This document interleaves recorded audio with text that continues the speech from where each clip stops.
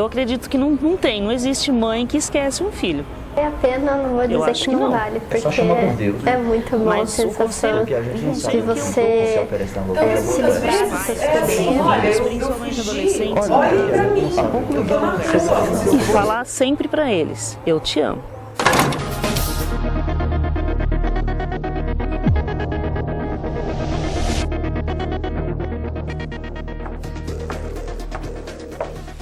Quase todos já ouvimos falar sobre uma criança ou adolescente que tenha fugido de casa. Apesar de os casos serem numerosos, não há dados oficiais precisos sobre o assunto.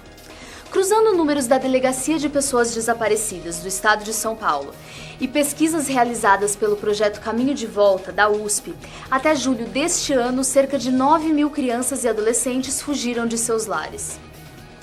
Os motivos que levam uma criança ou adolescente a fugir de casa são os mais variados. Curiosidade pela rua, maus tratos, conflitos familiares ou envolvimento com drogas e crime.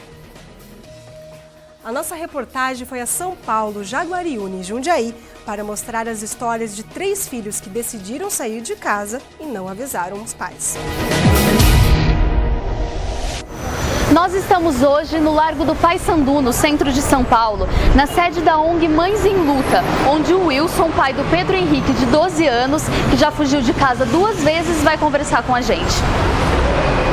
Quando a equipe de reportagem chegou à sede, encontramos Pedro tímido e desconfiado, sem querer conversar. Foi Vera Lúcia Ranu, presidente da ONG Mães em Luta, quem nos ajudou a convencer Pedro a falar conosco. E principalmente do sofrimento que é a rua, porque você pode falar pra mim, Vera, a rua é boa, mas não é. A liberdade que você tem lá é boa, mas não é. Tá? Então entra aí, vamos conversar um pouquinho. Pedro aceitou, desde que fosse longe de seu pai e no corredor do prédio, distante da sala da ONG. O que assim que você pensou a primeira vez que você foi sair de casa? Você pensou que você ia encontrar o que fora de casa? Tiro. E por que vocês saem? Pra poder fazer qualquer coisa, ninguém fala nada? É? Pra conhecer mais São Paulo. Conhecer mais São Paulo? Ih, demora, hein? São Paulo é grande. E o que vocês fazem quando vocês estão assim juntos na rua? Na rua? Nós fala, vai pro beck, uma que ela vai pra sair. Pro shopping. No shopping. Pinheiros.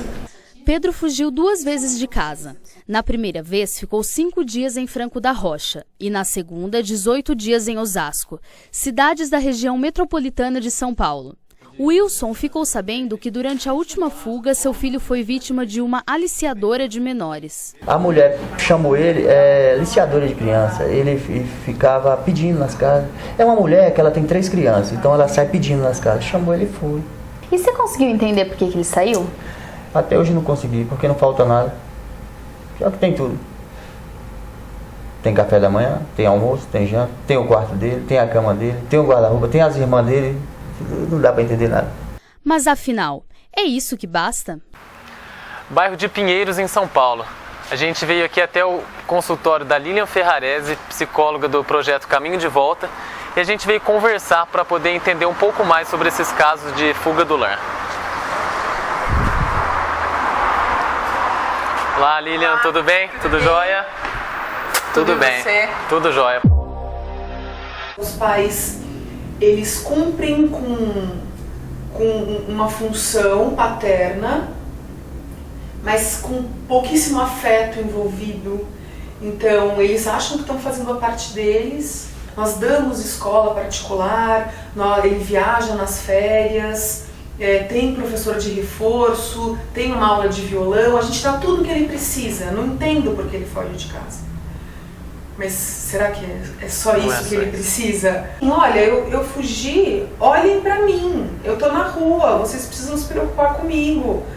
A fuga pode ser, a gente entende como um sintoma do que acontece dentro de casa, mas uma tentativa da criança ser vista mesmo.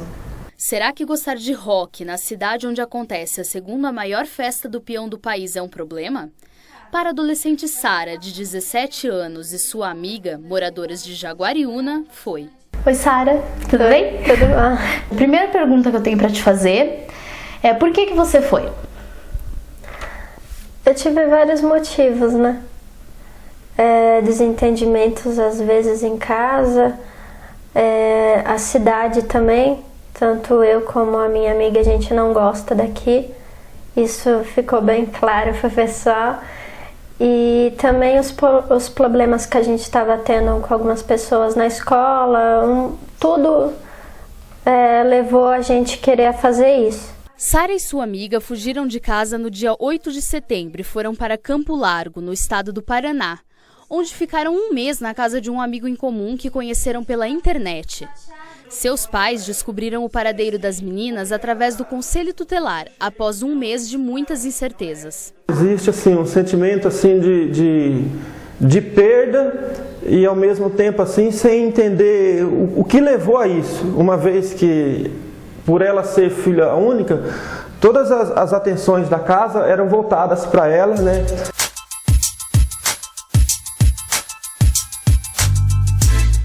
Estamos aqui na Avenida Francisco Glicério, em Campinas, onde fica a sede do Conselho Tutelar da cidade. Nós vamos conversar agora com um conselheiro para entender melhor como se dá a relação do Conselho Tutelar com as famílias que têm histórico de fuga. Cláudio Razano explica que é muito comum o adolescente fugir quando não é compreendido dentro de casa. Muitas vezes os pais não querem entender a personalidade do filho, e devido a esses conflitos internos do adolescente, ele se vê num conflito e numa briga realmente constante com os seus pais. Né? E isso acaba levando à ruptura dos vínculos familiares. E aí ele se vê aquela pseudo-liberdade também, né? Porque muitas vezes ele pensa que fugindo de casa ele vai estar livre de uma opressão, de uma pressão, e imaginando que lá fora, com os colegas ou até mesmo na rua, porque muitos desses adolescentes fogem de casa para viver estruturado na rua, né? Não saem com uma perspectiva de trabalho, de estudo, né? Então esse é o lado pior, inclusive. Em busca dessa liberdade, Bruno, um adolescente que acaba de completar 18 anos de idade, se enroscou. Fugiu de casa 3 vezes e acabou se envolvendo com drogas e crime.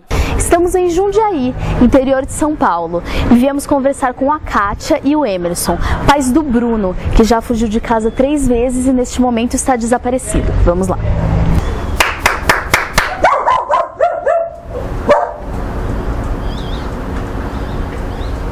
Oi, tudo bem? Kátia? Eu sou a Amanda. Oi, Amanda. Tudo bem? Emerson. Vim falar com vocês que nós tínhamos marcado. Ah, você é a Amanda? Isso, Amanda. Amanda. Tudo bem? Tudo Amanda? bem, prazer. Prazer é meu. Deixa eu abrir mais aqui, licença. Tudo bem, Emerson? Joia. Ao entrar na casa, Kátia nos levou até o quarto, onde a família toda dorme e onde ainda está a cama de Bruno. Qual é o objeto, ou local, ou algo que você olha e que quando você olha não tem jeito, você lembra do Bruno? Então, é a cama, né? É a cama. É a cama, porque todo dia, quando a gente levanta, você vê que a cama tá vazia, você vai deitar, a cama tá vazia, né? Às vezes você vai guardar alguma roupa da própria família, você abre o guarda-roupa e você vê algumas peças de roupa dele. Você ainda vai ver ele aqui para usar tudo de novo? Com certeza, com certeza. Tem certeza assim disso? como da primeira vez eu não dispensei nada, não dei nada embora, sempre ficou guardadinho. Está no mesmo lugar também. Tenho certeza que um dia ele vai voltar. Legal. Vai sim. É essa certeza que me faz levantar todo dia de manhã, né? E continuar a minha vida. Ele me faz muita falta. A gente imagina. Eu sinto muita falta dele. Kátia, então, depois que nós já vimos o Bruno, vimos as fotos, você nos mostrou aqui o cantinho dele, será que a gente pode contar essa história inteira? Podemos? Tem algum lugar que você se sinta mais à vontade, que você prefira falar com a gente para falar sobre o Bruno? Bom, tem um parque bem próximo aqui de casa, né? Um parque muito gostoso, chamado Parque da Cidade. Né? Se vocês quiserem, nós podemos ir até lá. Bater um papo. Vamos, a gente conversa no parque então. É um lugar tranquilo, muito bonito lá. Então tá bom. Vamos lá. Qual foi o sentimento de pai e mãe de saber que o filho tinha abandonado vocês? Vocês conseguem explicar isso pra mim? É difícil, né? Porque você cuida de um filho desde pequenininho, dá amor, dá carinho, você não espera isso em troca, né? Você espera afeto, carinho também, né? Como retribuição. Mas nós ficamos muito desapontados, né? Porque você não espera isso. Esse é o seu sentimento também? Algo que, eu não vou dizer que confortou, mas algo assim que ele disse que ele quis fazer, né? Não foi nós que colocamos para fora, não houve briga, né? Da primeira vez que Bruno fugiu, ele foi encontrado pela polícia na cidade de Itanhaém, no litoral paulista, e voltou para casa. 6 meses depois, Bruno fugiu novamente. Desta vez, levou apenas 1 mês para reencontrar-se com a polícia, também em Itanhaém, envolvido em um assalto onde um dos invasores foi morto e uma criança ficou cega. Nesta ocasião, Bruno não voltou para Jundiaí. Foi para a Fundação Casa, antiga FEBEM, onde permaneceu por 8 meses. E quando ele voltou desse lugar que é um lugar de recuperação de menores, ele estava diferente? Bruno doce, carinhoso, educado, sempre ajudou e tudo. Então sempre foi aquele adolescente nota 10 lá dentro. E durante 1 semana em casa ele foi assim. E depois? Depois ele já mudou. Novamente? Ele já começou a sair de novo, não queria apresentar as novas amizades pra gente. E agora, né, nessa terceira fuga, qual é o sentimento de vocês? É o mesmo desespero ainda? Eu não me sinto mais tão desesperada, mas eu sinto que ele foi muito ingrato por tudo que nós fizemos. Uma criança ou um adolescente que foge de casa e que se estrutura na rua, é muito difícil você tirar ele dessa situação. Então, até tem uma expressão que diz assim: é fácil você tirar o adolescente da rua, o difícil é tirar a rua do adolescente. Uma vez que ele está na rua, a rua é parte inerente dele.